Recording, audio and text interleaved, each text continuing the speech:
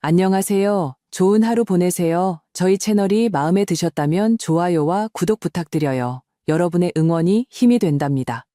자, 이제 실화를 하나 들려드릴게요. 제주도 별장과 15억. 제 아들은 제주도에 호화로운 집을 샀다며 제게 주택담보대출 서류를 내밀었습니다. 어머니, 이제껏 충분히 모으셨잖아요.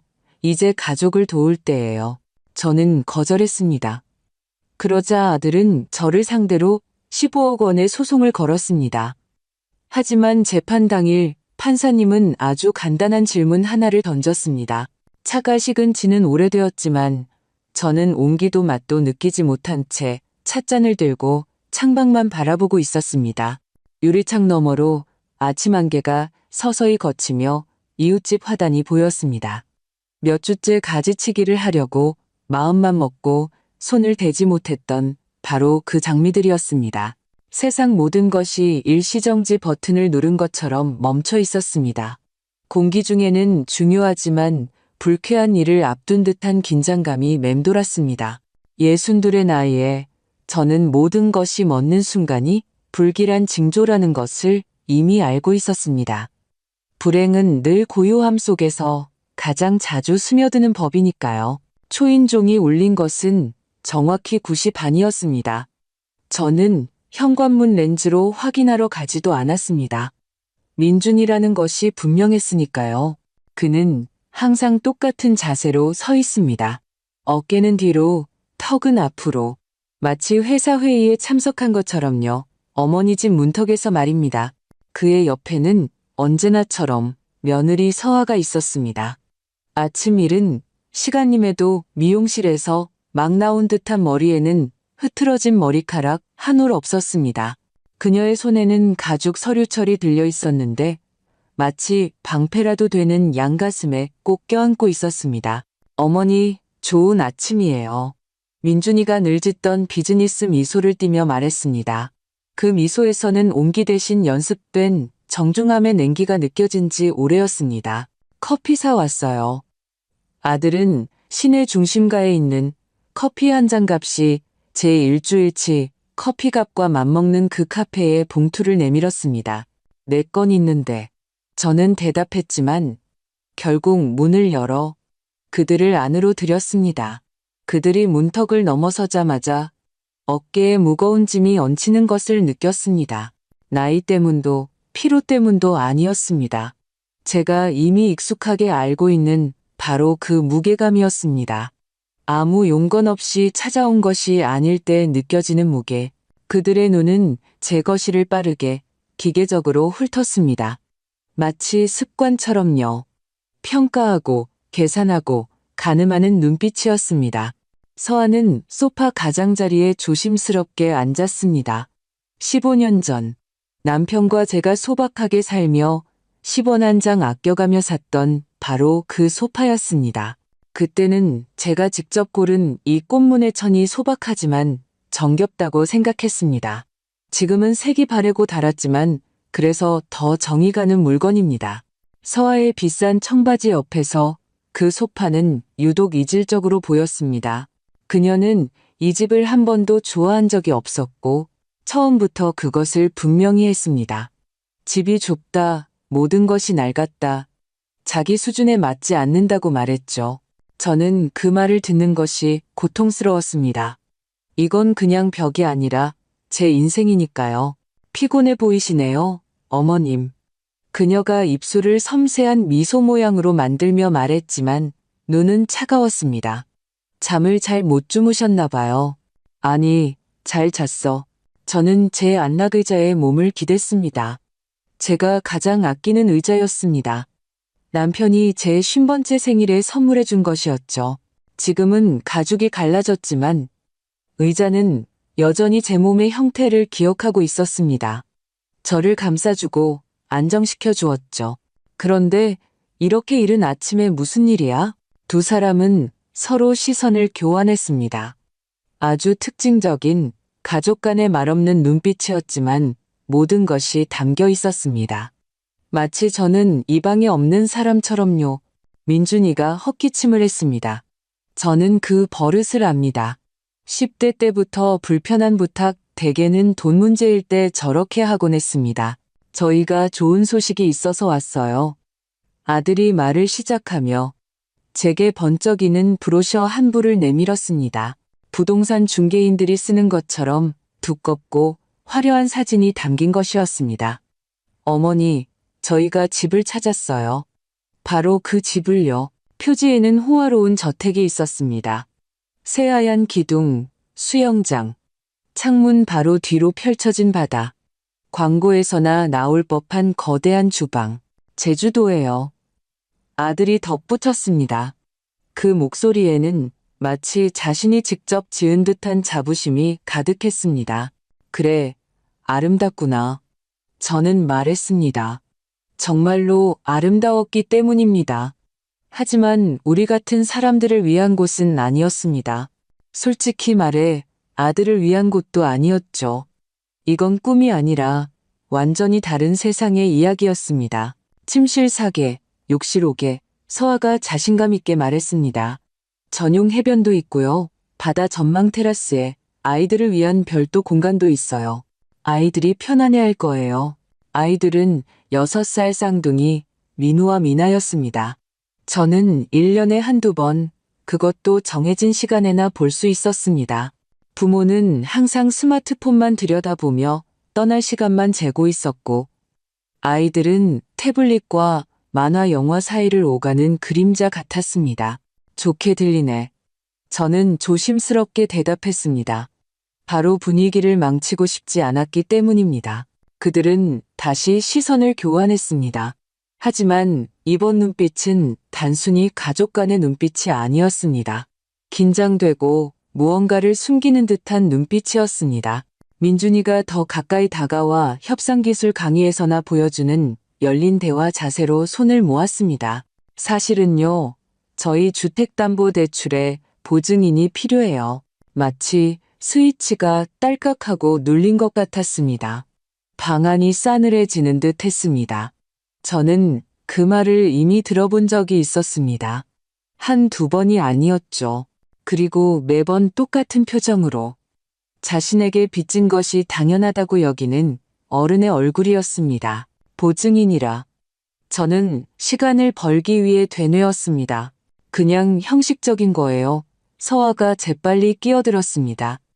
민준 씨 수입도 안정적이고요. 그냥 은행에서 추가 담보를 요구하는 것뿐이에요. 요즘은 다 그래요. 금액은? 저는 듣고 싶지 않다는 것을 알았지만 물었습니다. 15억. 민준이가 마치 가방이나 냉장고 얘기를 하듯 아무렇지 않게 말했습니다. 하지만 이건 그냥 요식행위일 뿐이에요. 어머니가 직접 내실 돈은 하나도 없어요. 저는 다시 사진 속의 집을 보았습니다. 하얀 외벽, 야자수, 푸른 물, 물론 아름다웠죠. 하지만 그 아름다움에 저는 마음이 불편해졌습니다. 그 번쩍이는 표지 뒤에 제가 모아온 모든 것, 제가 희망했던 모든 것, 남편과 제가 평생을 아껴온 모든 것이 서 있다는 것을 갑자기 느꼈기 때문입니다. 50년간의 절약, 휴가도, 외식도, 사치도 없었던 50년. 낡은 소나타, 수선에서 쓴 커튼, 할인 상품만 골라 사던 습관.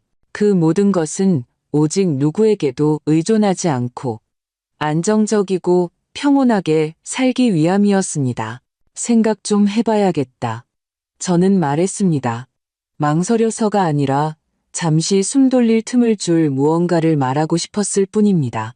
민준이가 눈썹을 살짝 치켜 올렸습니다. 미소는 억지스러워졌습니다. 무슨 생각을요?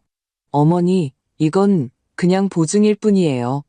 돈 내실 일도 없다니까요. 그럼 왜 내 서명이 필요한 거니? 아들은 말을 더듬다가 서아를 쳐다보았습니다. 그녀는 거의 눈에 띄지 않게 고개를 끄덕였습니다.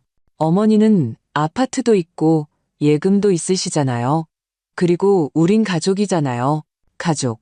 그 말이 그의 입에서 나오니 온기나 사랑이 아닌 압박을 가하는 도구처럼 하나의 논것처럼 들렸습니다. 나와 내 아버지는 이 안정을 쌓기 위해 정말 열심히 일했단다. 제가 조용히 말했습니다. 우린 많은 것을 희생했지. 아버지가 돌아가신 지 벌써 3년이에요. 민준이가 퉁명스럽게 대답했습니다. 아버지가 이걸 쓰실 일은 없어요. 숨쉬기조차 힘들어졌습니다. 남편은 심근경색으로 갑작스럽게 세상을 떠났습니다.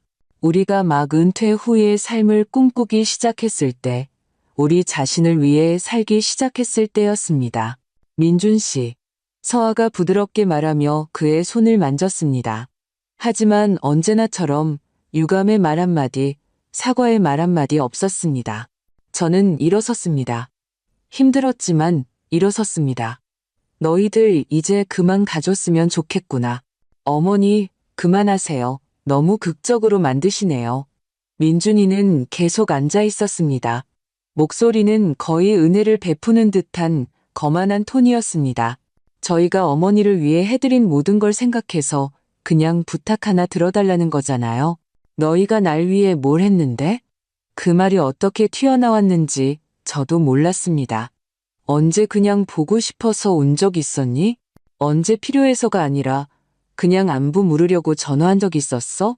저흰 바빠요. 일, 아이들, 신경 쓸 일이 많다고요. 하루 종일 혼자 앉아서 자기 연민에 빠져 있을 순 없잖아요. 그 말은 칼날 같았습니다. 저는 제 아들, 제 사랑하는 아들을 바라보았지만 그를 알아볼 수 없었습니다. 나가, 제가 말했습니다. 어머님, 서아가 말을 시작했습니다. 내 집에서 나가. 그들은 떠났습니다.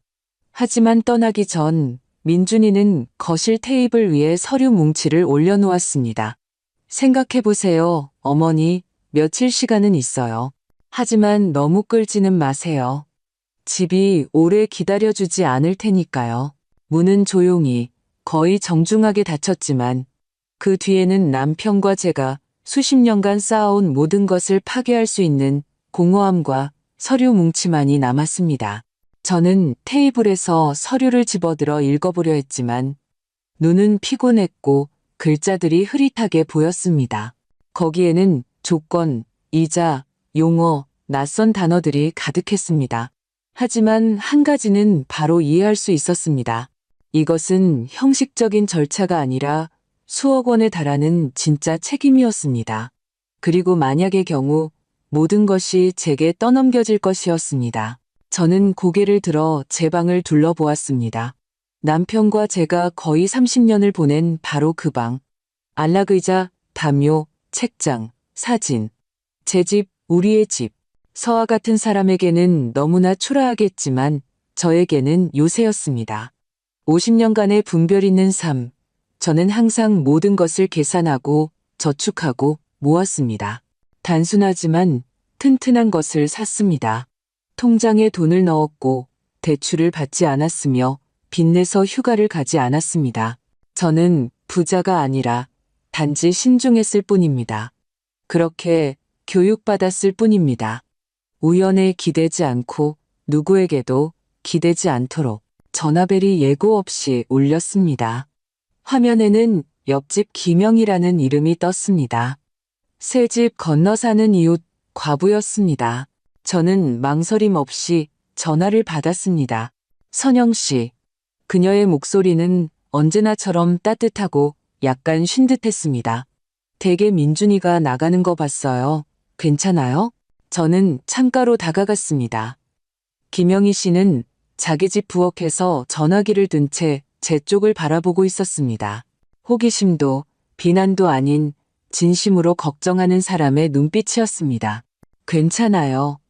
저는 습관적으로 말했습니다. 그러다 침묵했습니다. 언제부터 제가 진심으로 저를 걱정해주는 사람들에게 거짓말을 하기 시작했을까요? 아니, 안 괜찮아요. 전혀요. 우리 집으로 와요. 그녀가 군말 없이 말했습니다. 내가 진짜 커피 끓여줄게요. 시내에서 파는 그 비싼 멀건 커피 말고. 저는 다시 서류를, 번쩍이는 집 표지를, 손이 떨리는 그 숫자들을 보았습니다. 그리고 그냥 모든 것을 테이블 위에 다시 내려놓았습니다. 옷을 입고 열쇠를 챙겨 밖으로 나갔습니다. 오랜만에 저는 뒤돌아보지 않았습니다. 김영희 씨의 집에서는 계피와 갓 내린 커피 향이 났습니다. 남편이 아침마다 낡은 주전자로 끓여주던 바로 그 향이었습니다. 테이블에는 그녀가 가장 아끼는 할머니에게서 물려받았다는 찻잔 세트가 놓여 있었습니다. 하얗고 푸른 가장자리에 꽃무늬가 그려진 얇은 도자기였습니다. 그 안에는 너무나 소박하고 조용한 배려가 담겨 있어서 갑자기 마음이 한결 가벼워졌습니다. 앉아요. 그녀가 창가 의자를 가리키며 말했습니다. 얘기해봐요. 대개 아들이 또 무슨 일을 저질렀어요? 우리는 그녀가 남편과 사별하고 이사 온 후로 8년째 알고 지내는 사이였습니다.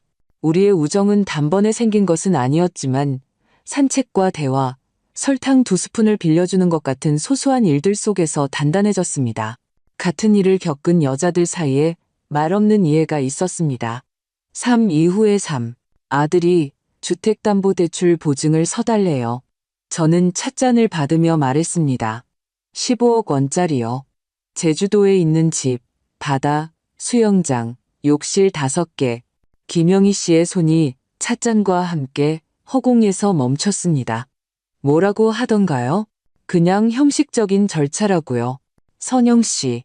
그녀의 목소리는 단호하고 자신감 있게 변했습니다. 그녀의 전직이 교감 선생님이었던 것처럼요. 그런 큰 돈과 관련된 일 중에 그냥 형식적인 건 없어요. 생각해보겠다고 하고 그들을 내보냈어요. 잘했어요. 그녀는 자리에 앉았습니다. 그녀의 눈에는 거의 전문가다운 집중력이 서려 있었습니다. 당신 직감은 뭐라고 해요? 직감. 제가 마지막으로 그 소리에 귀를 기울인 게 언제였을까요? 언제부터 그것을 믿지 않게 되었을까요? 왜 갑자기 민준이의 자신감 넘치는 목소리가 제 내면의 느낌보다 더 무게 있게 느껴졌을까요? 이건 함정이라고 말해요. 저는 솔직하게 말했습니다. 만약 제가 서명하면 남편과 제가 수년간 모아온 모든 것을 잃게 될 거라고요. 그렇다면 왜 그걸 고민하고 있는 거예요? 그 질문은 단순하게 들렸지만 그 안에 모든 것이 담겨 있었습니다. 왜? 그는 제 아들이니까요. 저는 33년 동안 그를 위해 사는 방식으로 살아왔으니까요. 아니라고 말하고 그의 서운함을 견디는 것이 돈을 잃는 것보다 더 두려우니까요. 지쳤어요. 제가 조용히 말했습니다. 아들과 다투는데 지쳤어요. 아들이 원하는 걸 주지 못할 때 나쁜 사람이 되는 게 지쳤어요. 김영희 씨가 제 손 위에 자신의 따뜻하고 차분하고 진실된 손을 얹었습니다. 선영 씨, 자신을 지키고 싶다고 해서 나쁜 사람이 되는 건 아니에요. 누군가를 편하게 해주기 위해 자신을 파괴할 필요는 없어요. 하지만 그는 제 아들이에요. 그리고 당신은 그의 어머니죠. 그가 마지막으로 그 사실이 중요한 것처럼 행동한 게 언제였어요? 그 질문은 저를 때렸습니다. 대답할 말을 몰랐기 때문입니다. 그가 마지막으로 그냥 전화한 게 언제였죠? 제 안부를 물은 게 언제였죠? 어딘가에 초대해 준 게 언제였죠? 3년 전에요. 저는 겨우 말을 뱉었습니다. 남편 장례식 때. 그때 제 손을 잡아줬어요. 김영희 씨는 이해와 고통이 담긴 표정으로 고개를 끄덕였습니다. 슬픔은 여러 가지 모습을 하고 있죠. 어떤 사람들은 더 가까워지지만 어떤 사람들은 그녀는 창밖을 보았습니다.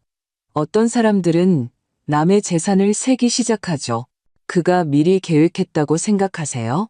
내 생각에 그는 당신이 3년 동안 혼자 사는 것을 지켜보면서 계산을 했을 거예요. 당신에게 아파트가 있고 저축이 있다는 걸 봤겠죠. 그는 멍청하지 않아요. 단지 그것을 하나의 자원으로 인식하는 법을 배웠을 뿐이죠. 마치 창문이 활짝 열리고 찬바람이 심장을 스치고 지나가는 것처럼 추워졌습니다. 그 서류들을 다시 봐야겠어요. 제가 말했습니다. 같이 가줄까요? 아니요. 제 목소리는 제가 예상했던 것보다 더 단단하게 들렸습니다. 이건 제가 혼자 해야 할 일이에요. 저는 가슴에 무거운 짐을 안고 그녀의 아파트를 나섰지만 더 이상 혼자가 아니었습니다. 그녀가 물리적으로는 아니지만 마치 벽처럼, 지지대처럼 곁에 있다는 것을 느꼈습니다. 제가 돌아왔을 때 모든 것은 그대로 놓여 있었습니다. 브로셔, 서류 뭉치, 모든 것이 제 결정을 기다리고 있었습니다. 저는 앉아서 읽기 시작했습니다. 그냥 훑어보는 것이 아니라 읽고, 파고들고, 분석했습니다. 단어 하나하나, 줄 하나하나. 보증인은 연대 책임을 진다. 주채무자가 의무를 불이행할 경우 채권자는 보증인에게 전액을 청구할 권리를 가진다. 속이 차갑게 식었습니다. 이건 형식적인 절차가 아니었습니다. 부탁도 아니었고 보증도 아니었습니다. 이것은 남의 꿈에 서명하는 것이었고 만약 잘못되면 제가 지불해야 하는 것이었습니다. 제 돈으로, 제 집으로, 제 인생으로. 저는 전화기를 들어 민준이의 번호를 눌렀습니다. 그는 바로 받았습니다. 어머니, 전화하실 줄 알았어요? 서류 보셨어요? 봤어. 저는 차분하고 또렷하게 말했습니다. 제 목소리가 이렇게 평온하게 들리는 것에 저 자신도 놀랐습니다. 그리고 질문이 좀 있어. 물론이죠. 물어보세요. 뭐가 이해가 안 되세요? 여기 연대 책임이라는 항목. 그게 무슨 뜻인지 설명해 주렴. 잠시 멈춤. 그건 그냥 표준 문구예요. 별거 아니에요, 어머니. 그게 무슨 뜻이냐고? 다시 잠시 멈춤, 더 길게. 그건 만약 저희가 갑자기 갚지 못하게 되면 이론적으로 은행이 어머니께 요청할 수 있다는 뜻이에요. 하지만 그럴 일은 없을 거예요. 만약 그렇게 되면? 만약 내가 갚지 못하면? 어머니, 왜 그러세요? 너무 안 좋게만 생각하시네요. 대답해. 내가 갚지 못하면 그 다음은 어떻게 되니? 침묵. 그리고 조심스럽게. 그럼 은행이 담보를 압류하겠죠. 그러니까 집이나 서류에 명시된 자산을요. 두 집 다? 기술적으로는 그렇죠. 저는 눈을 감았습니다. 제 집. 제 유일한 집. 남편과 제가 처음으로 정직하게 번 돈으로 산 아파트. 제가 민준이를 키웠던 곳. 사진과 추억. 평온함 속에서 여생을 보내고 싶었던 곳. 알겠다. 제가 말했습니다. 하지만 어머니, 그래도 괜히 걱정하시는 거예요. 제 월급도 많고 다 안정적이에요. 저희는 그냥 은행에서 신청을 통과시켜 주기만 하면 돼요. 그럼 왜 서한의 부모님께는 부탁 안 했니? 그분들은 그 정도의 신용도가 없으세요. 신용도, 제가 신용도였습니다. 아플 때 밤새 곁을 지켜준 어머니도, 아들의 과외비를 대기 위해 제 폐물을 팔았던 사람도 아니었습니다. 저는 신용도였습니다. 생각 좀 더 해봐야겠다. 제가 말했습니다. 얼마나요? 목소리에 제가 10대 시절부터 알던 짜증이 나기 시작할 때의 그 톤이 섞였습니다. 집주인이 금요일까지 답을 기다려요. 오늘은 수요일이었습니다. 모든 것을 내어줄지 아니면 마침내 자신을 선택할지를 결정할 3일이 남았습니다. 나중에 말해줄게. 저는 대답하고 전화를 끊었습니다. 해는 이미 지고 있었습니다. 방은 어두워졌습니다. 서류는 증거처럼 테이블 위에 놓여 있었습니다. 집은 더 이상 제 피난처처럼 느껴지지 않았습니다. 담보물이자, 목표물이자, 표적이 되었습니다. 전화가 다시 울렸습니다. 모르는 번호였습니다. 여보세요. 박선영 선생님 되시죠? 저 지수예요. 김지수요. 저를 기억하실지 모르겠네요. 그 이름이 기억 속에서 떠올랐습니다. 지수. 민준이가 대학 시절에 사귀었던 바로 그 여자아이. 명절 때마다 와서 제가 요리하는 것을 돕고 남편의 농담에 웃던 아이. 그녀 이후에 갑자기 서아가 나타났었죠. 물론 기억하고 말고 잘 지냈니? 네, 잘 지내요. 그냥 민준 씨가 어머님께 대출 보증을 부탁했다는 소식을 듣고 어머님께서 아셔야 할 게 있을 것 같아서요. 가슴이 철렁했습니다. 그게 뭔데? 직접 뵙고 말씀드리는 게 좋겠어요. 전화로는 좀, 우리는 다음날 시내 카페에서 만나기로 약속했습니다. 전화를 끊고 저는 어둠 속에 앉아 있었습니다. 창문에는 제 얼굴만 비쳤고 머릿속에서는 그녀가 뭘 알고 있을까? 내가 모르는 뭘이라는 생각만이 맴돌았습니다. 서류는 여전히 밝고 번쩍이며 매력적으로 제 앞에 놓여 있었습니다. 하지만 이제 그것은 제안이 아니라 경고였습니다. 기회가 아니라 위협이었습니다. 하지만 지난 며칠 동안 처음으로 저는 두려움이 아닌 분노를 느꼈습니다. 지수와 만나기로 한 카페는 일부러 옛날 분위기를 낸 곳이었습니다. 나무 테이블, 등나무 조명, 조용한 음악, 그리고 실제 가격보다 3배는 비싼 커피. 저는 약속 시간보다 일찍 도착해 창가 구석 자리를 잡고 차를 한 잔 시켰습니다. 심장이 커피 때문이 아니라 예감 때문에 더 크게 뛰는 것 같았습니다. 지수는 약속한 10시 정각에 들어왔는데 거의 변하지 않은 모습이었습니다. 여전히 아담하고 단정하며 사람을 편안하게 하는 조용한 자신감이 있었습니다. 머리는 단정한 단발머리로 더 짧아졌고 옷차림은 군더더기 없는 정장 스타일이었습니다. 진지한 회사에서 일하는 것이 분명해 보였습니다. 박선영 어머님. 그녀가 맞은편에 앉으며 말했습니다. 와주셔서 감사해요. 네가 전화해줘서 고맙지. 저는 그녀를 유심히 보았습니다. 그녀의 얼굴, 눈빛에는 불안함과 단호함이 동시에 서려 있었습니다. 벌써 여러 해가 지났고 저한테는 원망 같은 건 없어요. 정말이에요. 하지만 민준 씨가 어머님께 보증인이 되어달라고 부탁했다는 걸 알게 됐을 때 제가 아는 걸 말씀드려야겠다고 생각했어요. 어머님께서 모든 상황을 알고 계셔야 하니까요. 어떻게 알게 됐니? 저는 지금 법무법인 한결에서 일해요.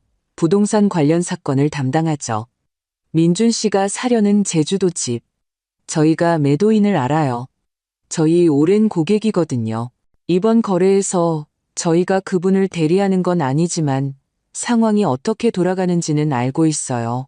지수는 스마트폰을 꺼내 화면 잠금을 풀고 제게 사진 한 장, 신용보고서를 보여주었습니다. 거기에는 제 아들 이름으로 된 대출 신청 거절 기록이 있었습니다. 민준 씨의 신청서는 3주 전에 거절됐어요.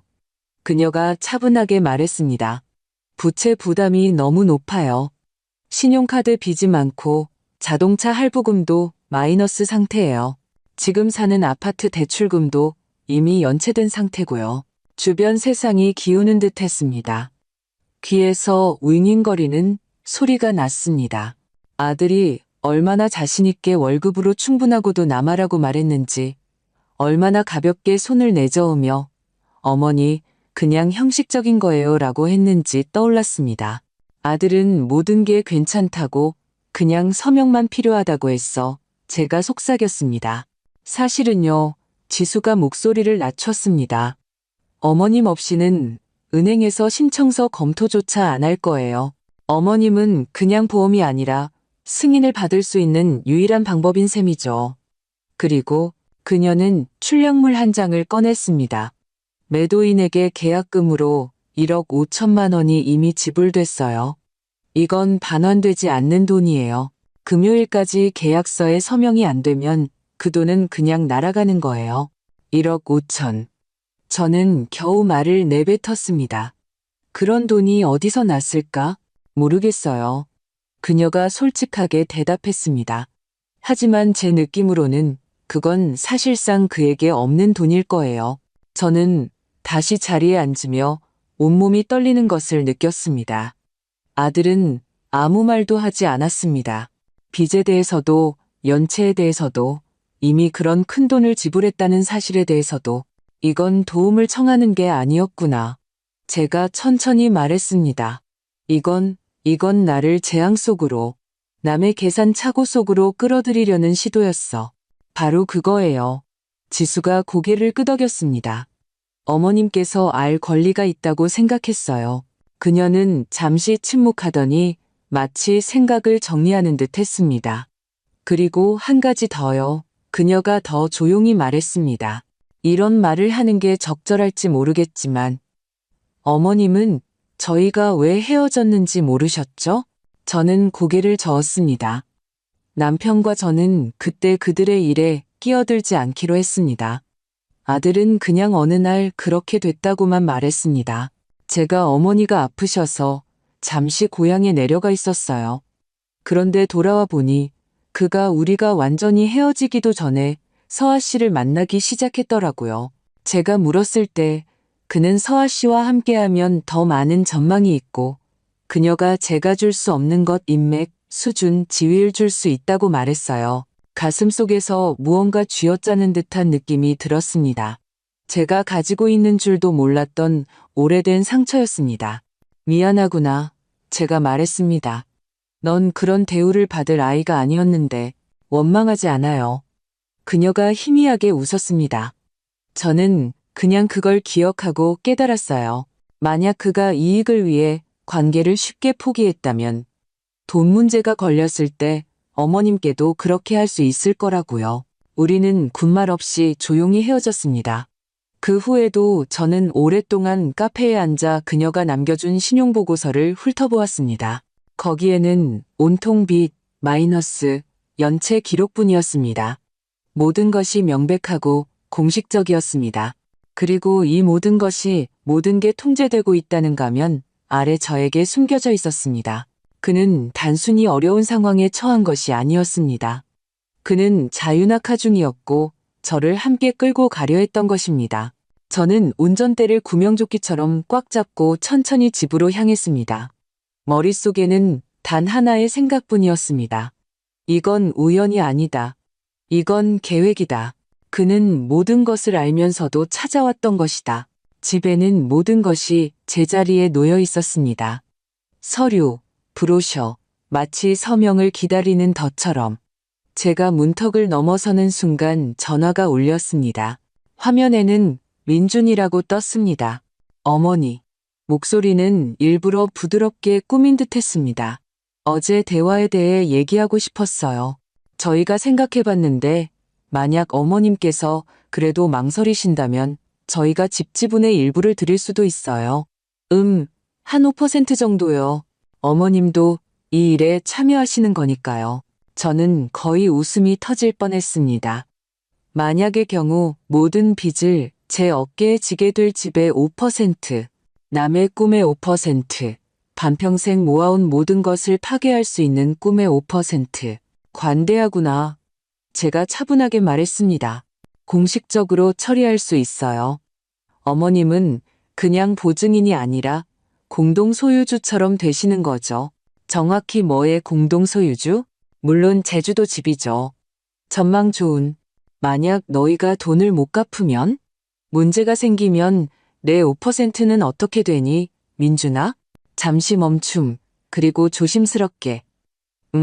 만약 은행이 압류 절차를 시작하면 물론 모든 참여자가 자기 지분을 잃게 되겠죠. 그리고 나는 빚까지 지게 되고. 이론적으로는 그렇죠. 하지만 어머니, 그럴 일은 거의 없을 거예요. 또 최악의 경우만 생각하시네요. 너는 최선의 경우만 생각하는구나. 편리하지, 그렇지? 그는 침묵했습니다. 제가 말을 이었습니다. 솔직히 말해봐. 너희 이미 계약금 냈지. 네. 하지만 그건 얼마나? 어머니, 민준아, 액수가 1억 5천만 원. 하지만 그게 그런 돈이 어디서 났니? 어머니, 그건 이제 중요하지 않아요. 중요해. 왜냐하면 너는 지금 내가 너를 구해주길 바라고 있으니까. 그리고 나는 평생 처음으로 자문했어. 만약 네가 우리 둘 다 바닥으로 끌고 가면 누가 나를 구해줄까? 그는 오랫동안 침묵하다가 중얼거렸습니다. 저흰 그냥 물러설 수가 없어요. 이미 투자했다고요. 근데 어머니가 모든 걸 복잡하게 만들고 계세요. 생각 좀 더 해볼게. 저는 대답을 기다리지 않고 전화를 끊었습니다. 저는 부엌에 앉아 주위를 둘러보았습니다. 이곳의 모든 것은 남편과 저의 것이었습니다. 이 중 어느 것도 아들이 선택한 것은 없었습니다. 그는 관심조차 없었지만 이제는 가져가려고 했습니다. 물건이 아니라 확신을, 안전망을, 제 노후를, 제 평온을. 저는 창가로 다가갔습니다. 김영희 씨가 텃밭에서 장미에 물을 주고 있었습니다. 저를 보더니 고개를 들고 손을 흔들었습니다. 그리고 저는 갑자기 마음속에서 무언가가 더 단단해지고 강해지는 것을 느꼈습니다. 내일은 목요일, 그는 금요일까지 답을 기다립니다. 저는 이미 무슨 말을 할지 알고 있었습니다. 하지만 한 가지 질문이 남아 있었습니다. 제게 그것을 소리내어 말할 용기가 충분할까? 그날 밤 저는 한숨도 자지 못했습니다. 계산기와 남편과 저의 저축 내역이 담긴 낡은 서류철을 들고 부엌 식탁에 앉아 있었습니다. 예금 명세서, 연금 내역, 우리가 아껴왔던 모든 것. 계산하고 또 계산하고 그리고 다시 한 번 더. 숫자들이 머릿속에서 뒤섞이기 시작했지만 저는 끈질기게 계속했습니다. 제가 30년 동안 살았던 바로 그 아파트는 현재 약 7억 원 정도의 가치가 있었습니다. 저축 예금 계좌에는 약 2억 원이, 연금 계좌에는 거의 1억 원이 있었습니다. 모두 합치면 10억 원이 조금 넘었습니다. 이것이 우리의 평생에 걸친 노력의 결과였습니다. 모험도, 대출도, 도움도 없이 정직한 노동으로 이룬 모든 것이었습니다. 그리고 민준이가 제게 서명해달라고 하는 그 주택담보대출은 15억 원짜리였습니다. 만약 그가 갑자기 돈을 갚지 못하게 된다면 지수와 대화한 후 저는 이것이 충분히 가능하다는 것을 더 이상 의심하지 않았습니다. 이 모든 빚은 제 것이 될 것이었습니다.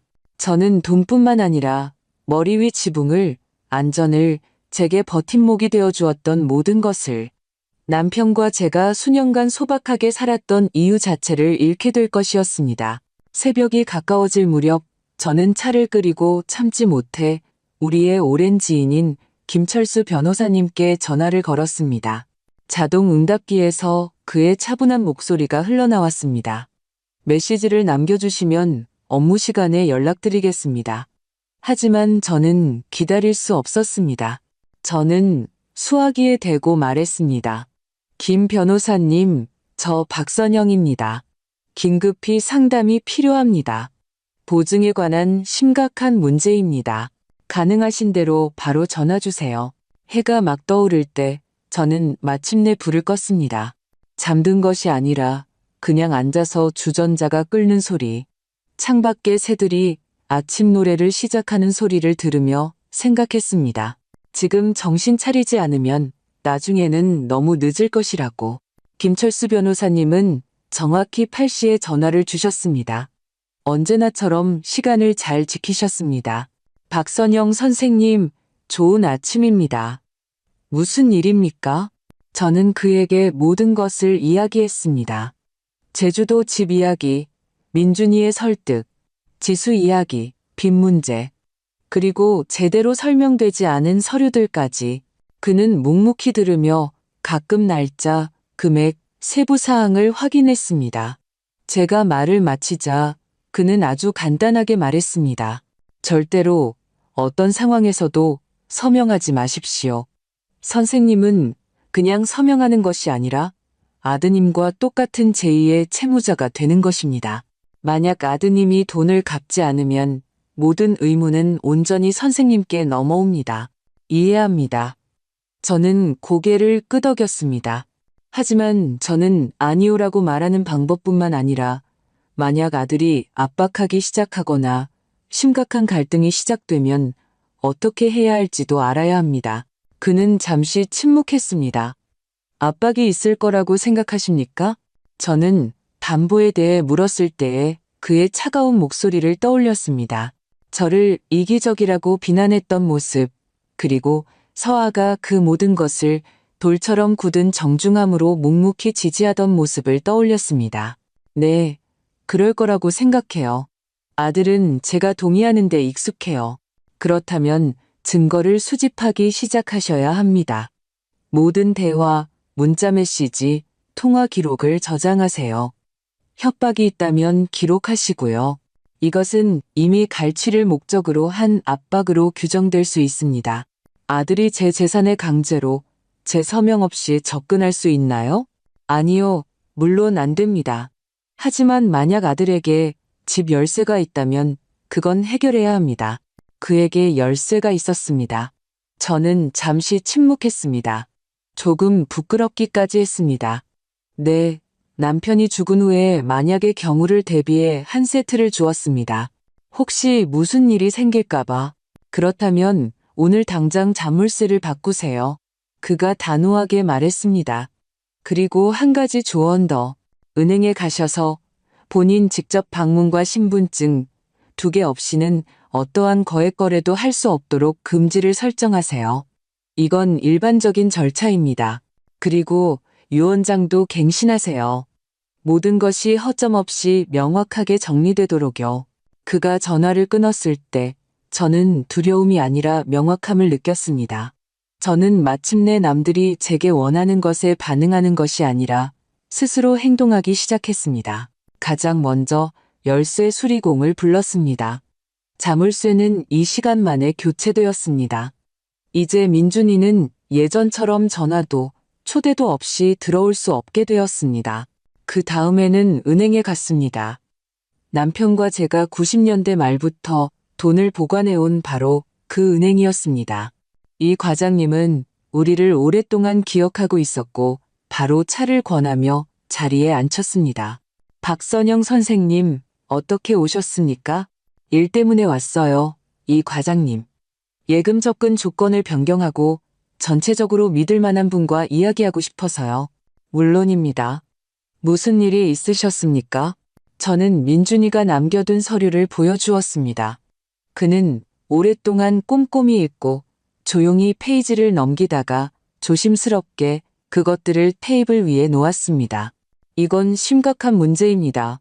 금액이 매우 큽니다. 정말로 서명하실 생각이십니까? 아니요. 하지만 만약 제가 서명했다면 무슨 일이 일어났을지, 그리고 제 자신을 보호하기 위해 무엇을 할 수 있는지 정확히 알고 싶습니다. 만약 서명하셨다면 선생님께서 전액에 대해 책임지셨을 겁니다. 미납 씨 은행은 선생님께 찾아갔을 겁니다. 추심, 연체료, 이자, 재산 압류 등 모든 절차가 그대로 진행됐을 겁니다.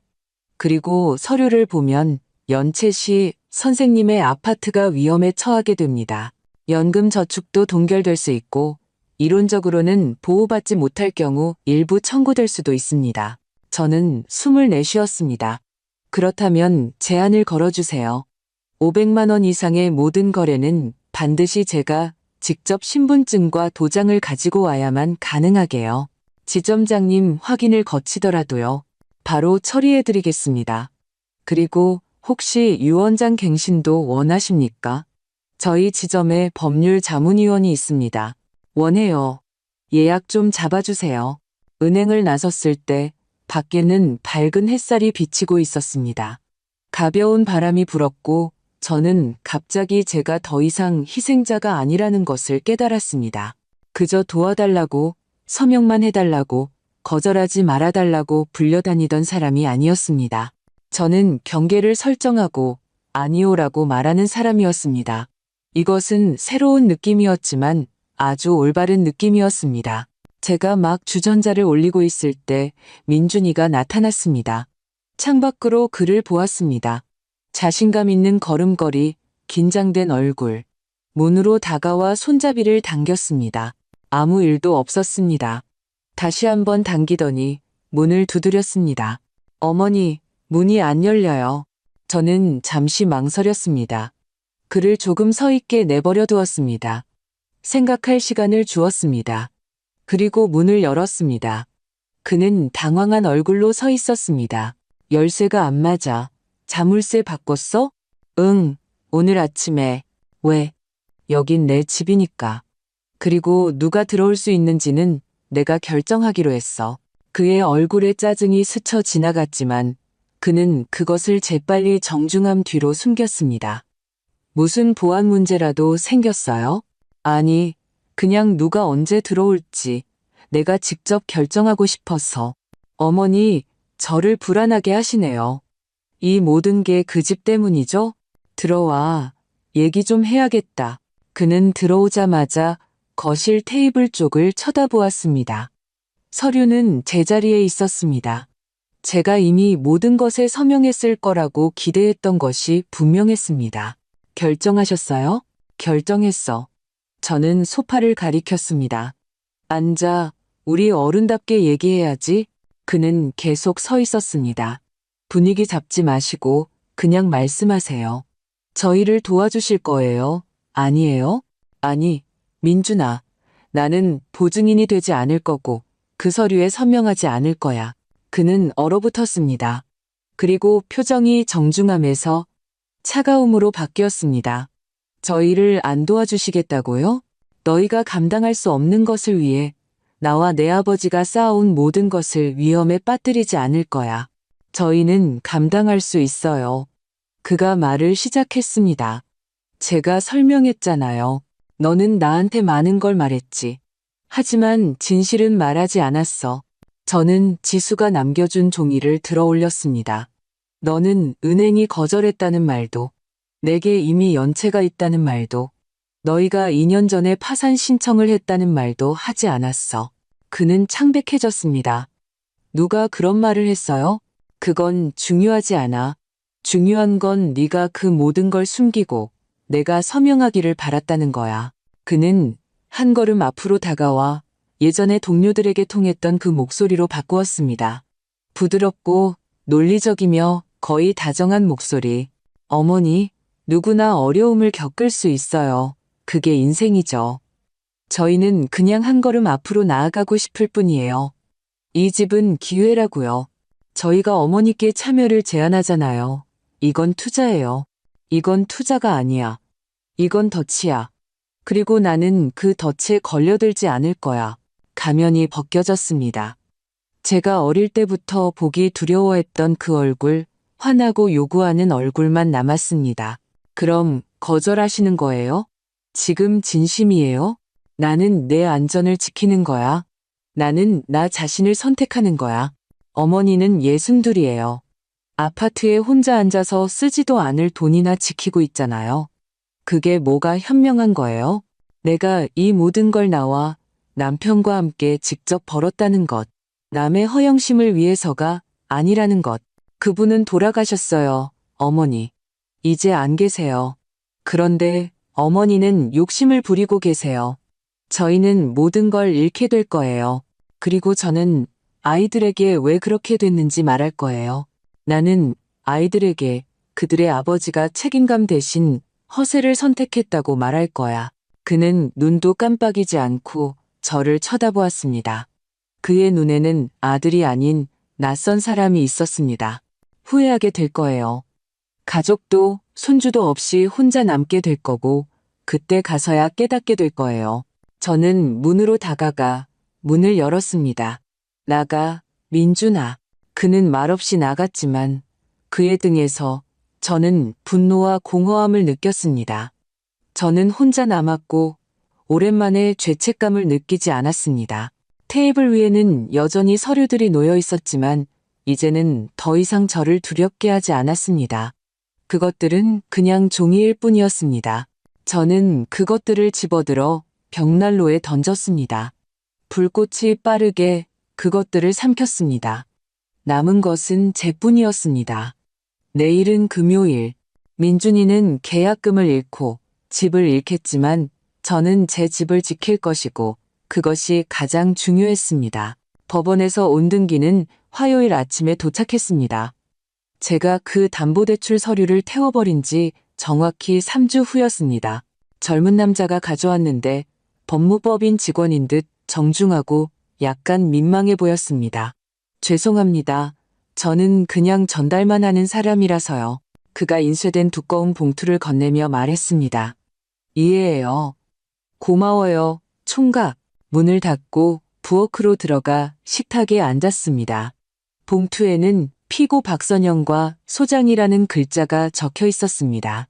발신인은 제가 모르는 지수가 일하는 곳이 아닌 다른 법무법인이었습니다. 봉투를 열어 페이지를 훑었습니다. 건조한 법률 용어들이었지만 핵심은 명확했습니다. 민준이가 저를 상대로 소송을 건 것이었습니다. 청구 금액은 15억 원. 그는 제가 구두로 보증을 약속했고 그들이 제 지원을 믿고 일을 진행했는데 제가 갑자기 거절하여 재정적 손해를 입혔다고 주장했습니다. 저는 히스테리도 눈물도 없이 끝까지 다 읽었습니다. 그냥 읽었습니다. 그리고 다시 김철수 변호사님께 전화를 걸었습니다. 아드님이 구두 합의가 있었다고 주장하는군요. 제가 요점을 다시 설명하자 그가 되물었습니다. 네. 말도 안 되는 소리입니다. 그가 거의 혐오스럽다는 듯이 말했습니다. 설령 선생님께서 전화로 무언가를 약속하셨다 해도 그것만으로는 부족합니다. 이런 금액에 대해서는 오직 서면 약정만이 유효합니다.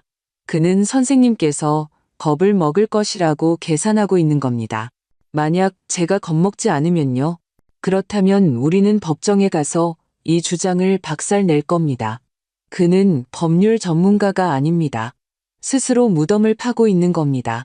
전화를 끊고 저는 공포나 두려움을 느끼지 않았습니다. 오직 피로감과 놀라운 안도감만이 있었습니다. 모든 것이 제자리를 찾은 것 같았습니다.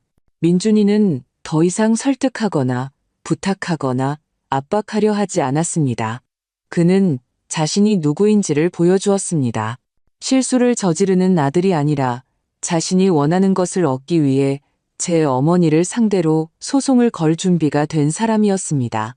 5분 후 전화가 울렸습니다. 그의 번호였습니다. 저는 전화를 받았습니다. 어머니, 제가 보기엔 이미 다 보신 것 같네요. 봤어?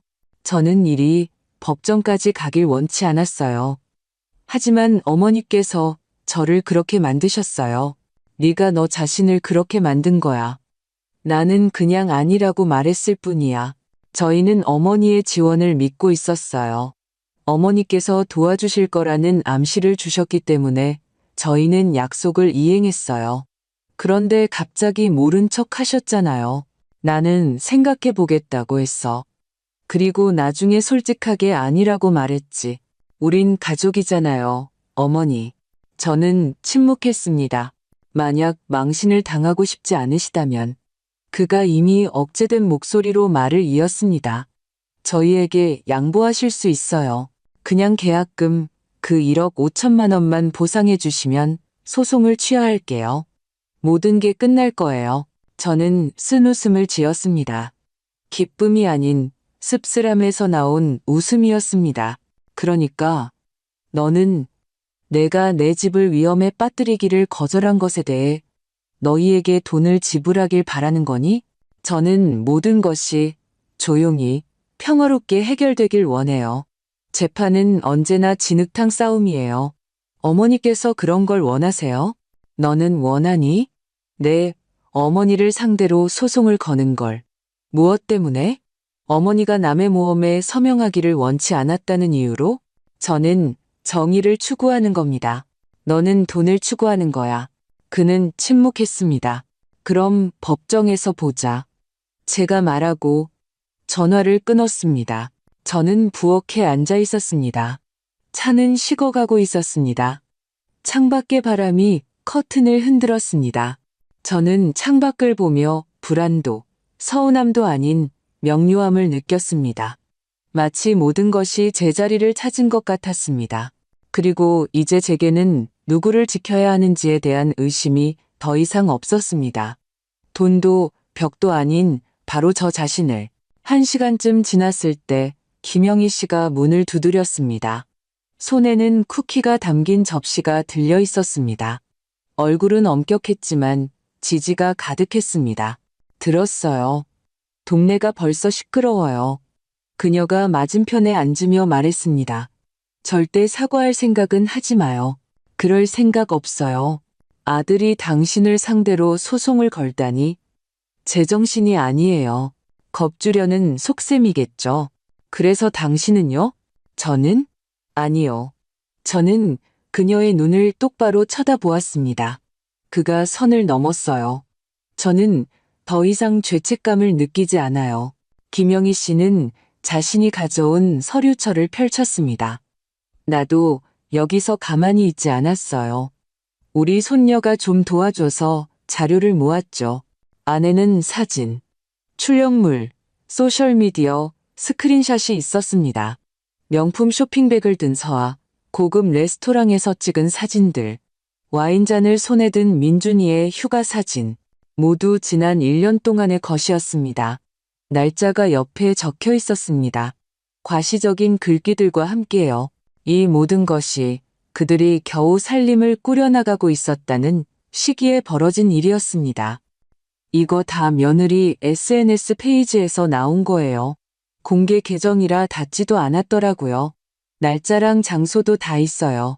저는 페이지를 한 장 한 장 넘기며 가슴속에서 무언가 차갑게 식는 것을 느꼈습니다.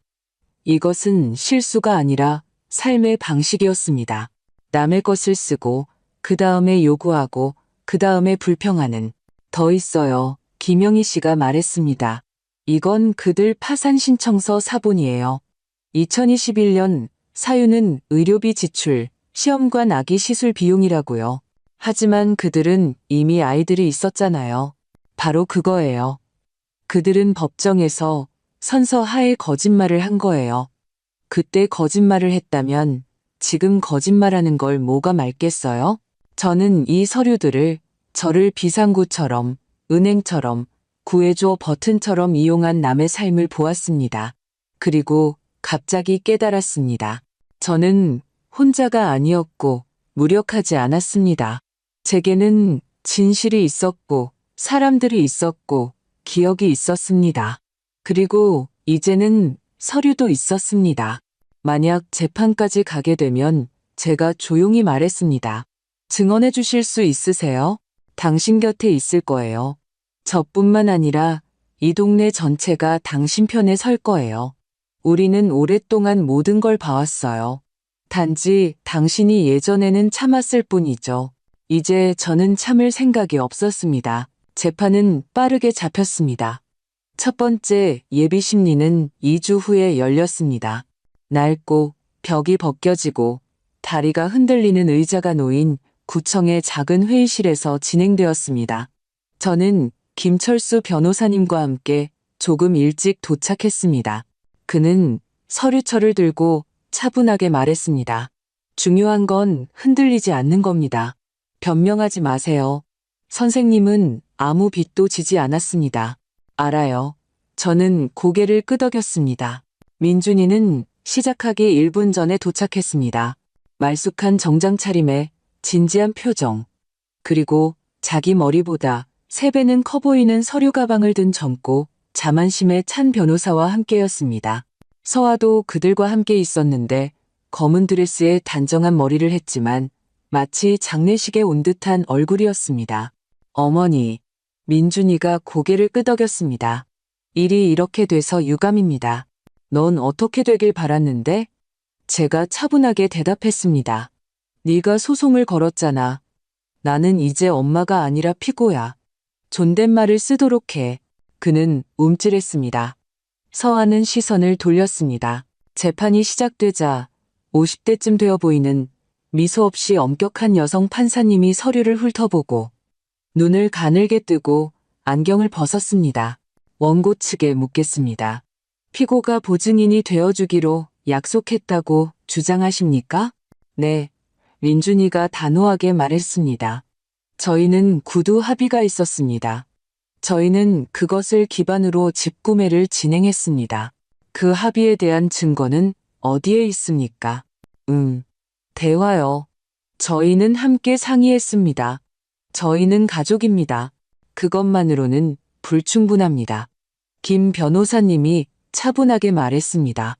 주택담보대출 보증 문제에 관한 구두 합의는 법적 효력이 없으며 소송의 근거가 될 수 없습니다. 민준이의 변호사가 무언가 반박하려 했고 어떤 법 조항을 읽기 시작하며 윤리적 규범에 호소했지만 판사님이 손을 들었습니다. 감정은 접어두고 사실관계에 집중합시다. 그녀는 제게로 돌아섰습니다. 피고 박선영 씨, 보증인이 되기로 약속했다는 것을 인정하십니까? 아니요. 제가 또렷하게 말했습니다. 저는 생각할 시간을 달라고 했고 어떤 서류에도 서명하지 않았습니다. 오히려 금액이 너무 크고 제가 전체 상황을 제대로 전달받지 못했다는 것을 알았을 때 거절했습니다. 구체적으로 원고에 부채가 있다는 사실을 알게 되셨습니까? 네. 그리고 제게는 증거가 있습니다. 신용보고서 출력본입니다. 또한 소위 어려운 상황이라고 주장하던 시기에 원고의 소비 행태를 보여주는 소셜미디어 스크린샷도 있습니다. 판사님은 서류를 받아 훑어보고 메모를 했습니다. 사건 기록에 첨부하겠습니다. 민준이는 주먹을 꽉 쥔 채 앉아 있었습니다. 서아는 책상만 쳐다보았습니다. 저는 오랜만에 제가 구석에 몰린 사람이 아니라 변명하는 사람이 아니라 경계를 설정하는 사람이라는 것을 느꼈습니다. 심리가 끝난 후 우리는 김 변호사님과 함께 밖으로 나왔습니다. 어떻게 생각하세요? 물러설까요? 두고 봐야죠. 아마 합의를 시도할 수도 있습니다. 이틀 후 서아에게서 전화가 왔습니다. 민준이가 아닌 바로 그녀였습니다. 어머님. 목소리는 정중했지만 더 이상 그렇게 차갑지는 않았습니다. 만나뵐 수 있을까요? 무슨 일로? 제가 개인적으로 말씀드리고 싶어서요. 공식적인 절차 없이요. 민준 씨는 제가 전화하는 거 몰라요. 우리는 공원 분수대 옆 벤치에서 만나기로 했습니다. 서아는 제 시간에 왔는데 언제나처럼 절제되고 단정한 모습이었습니다. 단지 눈빛에 무언가 흔들리고 있었습니다. 만나주셔서 감사해요. 할 말에 그녀는 숨을 내쉬었습니다. 저희는 일이 재판까지 갈 거라고는 예상 못했어요. 저는 정말로 민준 씨가 그냥 어머님과 이야기해서 어떻게든 합의를 볼 거라고 생각했어요. 그런데 그가 혼자 행동하기 시작했고 모두를 끌어들였어요. 그리고 이제는 너무 늦었어요. 늦지 않았어. 제가 말했습니다. 늦는 건 법원이 이 모든 걸 기각하고 그가 왜 제 어머니를 상대로 소송을 냈는지 설명해야 할 때겠지. 저는 모든 게 무너지는 걸 원치 않아요. 그녀가 갑자기 말했습니다. 저희는 아이가 둘이에요. 빚더미에 앉아 있고요. 저 자신도 이제 어디까지가 진실인지 모르겠어요. 그는 계속 어머님께서 자기를 배신했고 어머님 도움 없이는 저희가 모든 걸 잃게 될 거라고 말해요. 하지만 저는 이제 그가 어머님께 모든 진실을 말하는지 확신할 수 없어요. 그는 저에게도 거짓말을 했어요. 그리고 너는 침묵했니? 네, 침묵했어요. 그가 옳다고 생각했으니까요. 하지만 이제는 무서워요. 저는 그녀를 보았습니다. 한 여자, 한 어머니, 저와 똑같은, 하지만 다른 선택을 한. 그녀는 자신을 지키지 않았습니다. 그녀는 그를 따라 끝까지 갔고, 이제는 두려워하고 있었습니다. 그럼 그가 이 소송을 시작했을 때 왜 그를 막지 않았니? 막으려고 했어요. 그는 어머니가 돕기 싫으면 최소한 빚이라도 갚게 해야 한다고 말했어요. 그리고 그는 이미 서류를 제출해버렸어요. 제가 그를 설득할 수 없었어요. 그녀는 가방에서 종이 한 장을 조용히 꺼냈습니다. 은행에서 온 편지 사본이었습니다. 거기에는 연체 금액, 벌금 경고, 그리고 최종 상환 기한이 적혀 있었습니다. 일주일 후였습니다. 그 후에는 사건이 추심업체로 넘어간다고 했습니다. 이게 사실이니? 제가 물었습니다. 네, 저희는 이미 감당할 수 없어요. 그는 여전히 시간을 끌며 고금리 소액 대출을 받고 있어요. 그리고 그녀는 침묵했습니다. 저 이혼 소송 제기했어요. 그녀가 갑자기 말했습니다. 저는 놀랐습니다. 3일 전에요. 싸움 없이 그냥 소장을 제출했어요. 저는 더 이상 이 일에 얽히고 싶지 않아요. 아이들이 아버지가 곁에 있는 사람들을 짓밟는 모습을 보는 걸 원치 않아요. 저는 그를 정말 사랑했지만 그는 망가졌어요. 아니면 원래 그런 사람이었을지도요. 그는 원래 그런 사람이 아니었어. 제가 조용히 말했습니다.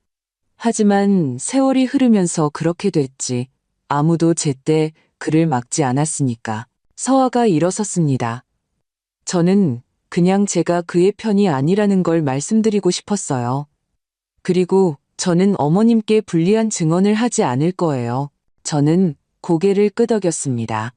고맙다, 서아야. 그리고 만약 언젠가 아이들 문제로 도움이 필요하면 살림에 관한 것이든 뭐든 그냥 전화하렴. 우리는 이제 아마도 남은 아니니까. 저는 그녀가 떠나는 모습을 보았습니다. 등은 꼿꼿했고 어깨는 긴장되어 있었지만 걸음걸이는 단호했습니다. 그녀는 자신의 선택을 했고 저도 마찬가지였습니다. 최종 재판은 금요일 오전 10시 정각으로 잡혔습니다. 저는 회색 코트를 입고 머리를 단정하게 묶고 중요한 일에 갈 때 항상 하던 차림으로 조금 일찍 도착했습니다. 김 변호사님이 이미 기다리고 있었습니다. 그의 손에는 두툼한 서류철이 들려 있었습니다. 증거, 증언, 서류들, 그리고 김영희 씨가 가져다 준 것과 서아가 전해준 그 명세서까지 포함되어 있었습니다. 민준이는 시작 5분 전에 도착했습니다. 혼자였습니다. 서아도 변호사도 없이 출력물이 삐져나온 두툼한 서류철만 들고 있었습니다. 창백하고 얼굴은 피곤했으며 눈은 잠을 못 자 푸르스름했습니다. 그의 사정이 아주 좋지 않다는 것이 분명해 보였습니다. 법정으로 불려 들어갈 때 그는 저를 쳐다보지도 않고 지나갔습니다. 저는 시선을 피하지 않았습니다. 제 마음속에는 이미 두려움도 서운함도 남아있지 않았고 오직 이해만이 있었습니다. 그가 스스로 이 길을 선택한 것이라고. 판사님은 같은 분이었고 여전히 사무적이고 절제되어 있었습니다. 재판을 시작하며 서류를 훑었습니다. 원고, 소송을 유지하십니까? 네, 민준이가 대답했습니다. 하지만 덧붙이고 싶은 것이 있습니다. 제 어머니, 즉 피고가 저에게 도움을 약속했음에도 불구하고 의도적으로 저축액을 숨겼다는 사실을 알게 되었습니다. 이것은 그녀의 불성실함을 보여줍니다. 저는 그녀가 구두 합의를 위반했다고 생각합니다. 김 변호사님은 일어나지도 목소리를 높이지도 않고 그저 차분하게 고개를 들었습니다. 재판장님, 원고에게 질문 하나 해도 되겠습니까? 하세요. 원고는 피고의 도움을 기대했다고 주장하십니까? 네. 거래를 논의하던 시점에 이미 원고의 신용등급이 부정적이었다는 사실을 알고 계셨습니까? 민준이는 머뭇거렸습니다. 그건 관계없습니다. 관계 있습니다. 저희는 원고가 서명을 요청하기 전에 이미 주택담보대출이 거절되었음을 증명하는 신용정보 조회서를 제출했습니다. 더욱이 원고는 피고의 참여 보장도 없이 이미 계약금을 지불했습니다. 즉, 원고는 의식적으로 위험을 감수했고 이제 자신의 결정이 초래한 결과에 대해 어머니를 비난하고 싶은 겁니까? 판사님이 고개를 들었습니다. 원고, 답변하세요. 민준이는 침묵했습니다. 저희는 또한 원고와 그의 배우자가 주장하는 재정적 어려움과 일치하지 않는 생활 방식을 보여주는 사진 및 영상 증거를 제출했습니다. 김 변호사님이 말을 이었습니다. 이것은 이익을 얻기 위해 친족을 의도적으로 조종하려는 시도였음을 증명할 수 있습니다. 민준이가 벌떡 일어섰습니다. 제가 어머니를 속였다고 말하는 겁니까? 김 변호사님이 차분하게 대답했습니다. 아니요, 그건 법원이 판단할 겁니다. 판사님은 서류를 내려놓았습니다. 알겠습니다. 판결은 3일 후에 선고하겠습니다. 우리는 법정을 나왔습니다. 민준이가 출구에서 저를 따라잡았습니다. 어머니, 그가 말을 시작했습니다. 제가 아마 선을 넘었을지도 몰라요. 하지만 이해하시잖아요. 저는 절박했어요. 그리고 이제 너는 패배했어. 제가 대답했습니다. 재판에서 져서가 아니라 네가 배신했기 때문에. 그는 한 걸음 물러섰습니다. 마치 처음으로 제 안에서 다른 무언가를 본 것처럼, 어머니도 예비 지갑도 아닌 한 인간을 본 것처럼. 정말로 제가 어머니 인생의 일부가 아니길 바라세요, 민준아? 저는 한숨을 쉬었습니다. 나는 많은 것을 바랐어. 하지만 이제는 단 하나만 바랄 뿐이야. 나를 그냥 내버려 두는 것. 제가 사과하더라도요. 이미 늦었어. 그는 고개를 숙이고 돌아서서 가버렸습니다. 저는 법원 건물 앞에 서서 갑자기 등 뒤에서 수년간 짊어지고 있던 무거운 가방이 풀리는 것을 느꼈습니다. 그 안에는 죄책감, 두려움, 제 것이 아닌 빚들이 있었습니다. 그 모든 것이 땅에 떨어졌습니다. 저는 그것을 줍지 않았습니다. 집에 돌아오니 김영희 씨가 이미 계단에서 파일을 들고 기다리고 있었습니다. 어땠어요? 모든 것이 정직하게 이루어졌어요. 제가 말했습니다. 이제 판결을 기다려야죠. 그리고 그는 스스로 모든 것을 망쳤어요. 저는 더 이상 미련이 없어요. 똑똑해요, 선영 씨. 정말로 그렇게 할 수 있는 사람 많지 않아요. 저는 파일을 받아들고 함께 올라갔습니다. 그리고 저녁에 설거지를 하고 있을 때 모르는 번호로 메시지가 왔습니다. 박선영 선생님, 안녕하세요. 저 크리스틴입니다. 민준 씨의 전 여자친구였어요. 그와 소송 중이라는 소식을 들었습니다. 말씀드리고 싶은 게 있습니다. 아마 도움이 될 만한 것이 있을 거예요. 부디 전화 주세요. 중요합니다. 저는 자리에 앉았습니다. 손이 떨렸습니다. 마치 과거에서 온 이름 같았습니다. 저는 크리스틴을 기억했습니다. 그를 진심으로 사랑했던, 그가 서아를 위해 아무 설명 없이 버렸던 바로 그 사람이었습니다. 저는 번호를 눌렀습니다. 여보세요. 안녕하세요. 목소리는 조용했지만 자신감이 있었습니다. 전화 주셔서 감사해요. 제가 끼어들고 싶지는 않지만 민준 씨가 어머님과 소송 중이라는 소식을 봤어요. 그리고 저는 놀라지 않았어요. 그는 언젠가 저에게 비슷한 짓을 했거든요. 법정에서는 아니었지만 그는 거래를 빙자해 제 명의로 대출을 받았어요. 저는 그때 어리고 사랑에 빠져 있었고 나중에 빚더미에 앉게 됐죠. 그는 사라졌어요. 왜 그때 말하지 않았니? 저는 순진했어요. 제가 다 해결할 수 있을 거라고 생각했죠. 나중에 결혼하고 제 삶을 살았어요. 하지만 그가 어머님께 하는 짓을 보고 깨달았어요. 그는 변하지 않았어요. 그는 항상 이용해요. 단지 예전에는 여자친구들을, 이제는 어머니를 이용할 뿐이죠. 서류가 남아있니? 네, 사본을 보내드릴 수 있어요. 보내줘. 중요해. 20분 후 메일함에는 오래된 계약서 사본, 각서, 대화 내용이 도착했습니다. 그리고 그가 항상 똑같은 방식으로 다정하고 영리하게 신뢰를 통해 접근한 다음 모든 것을 다른 사람에게 떠넘겼다는 결정적인 증거가 있었습니다. 저는 모든 것을 출력해서 서류철에 넣었습니다. 재판은 거의 끝났지만 아마 완전히 끝난 것은 아닐지도 모릅니다. 법원의 판결은 3일 후인 월요일에 나왔습니다. 저는 혼자 갔습니다. 김 변호사님은 제 참석이 공식적으로 필요 없다고 미리 말했지만 저는 모든 것을 제 귀로 직접 듣고 싶었습니다. 판사님이 들어와 자리에 앉고 서류를 훑었습니다. 얼굴에는 언제나처럼 아무런 감정도 없었습니다. 법원은 원고 박민준의 피고 박선영에 대한 청구를 기각한다. 주택담보대출 계약에 따른 의무가 확인되지 않았음을 확인한다. 피고는 해당 거래에 대해 책임이 없다. 그 다음으로는 법률 용어들, 조항번호, 기한들이 이어졌습니다. 저는 들으면서도 믿을 수가 없었습니다. 진실을 의심해서가 아니라 이것이 끝났다는 사실 때문이었습니다. 판사님은 저를, 그 다음에는 민준이를 쳐다보았습니다. 그는 결국 변호사 없이 청바지 차림에 어깨를 축 늘어뜨린 채 왔고 제 쪽을 쳐다보지도 않았습니다. 모두가 나간 후에도 그는 계속 앉아 있었습니다. 저는 조용히 차분하게 그를 지나쳐갔고 문 앞에서야 멈춰섰습니다. 민준아. 그가 고개를 들었습니다. 네가 왜 졌는지 아니? 그는 침묵했습니다. 법원 때문도 아니고 내가 방어했기 때문도 아니야.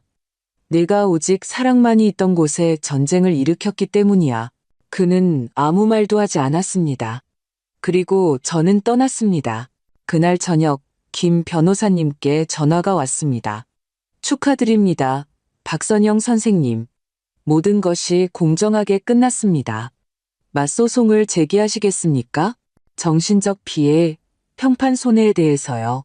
저는 잠시 침묵했습니다. 아니요, 저는 계속하고 싶지 않습니다. 확실하십니까? 네. 저는 복수할 필요가 없습니다. 저는 그저 저를 내버려 두길 바랄 뿐입니다.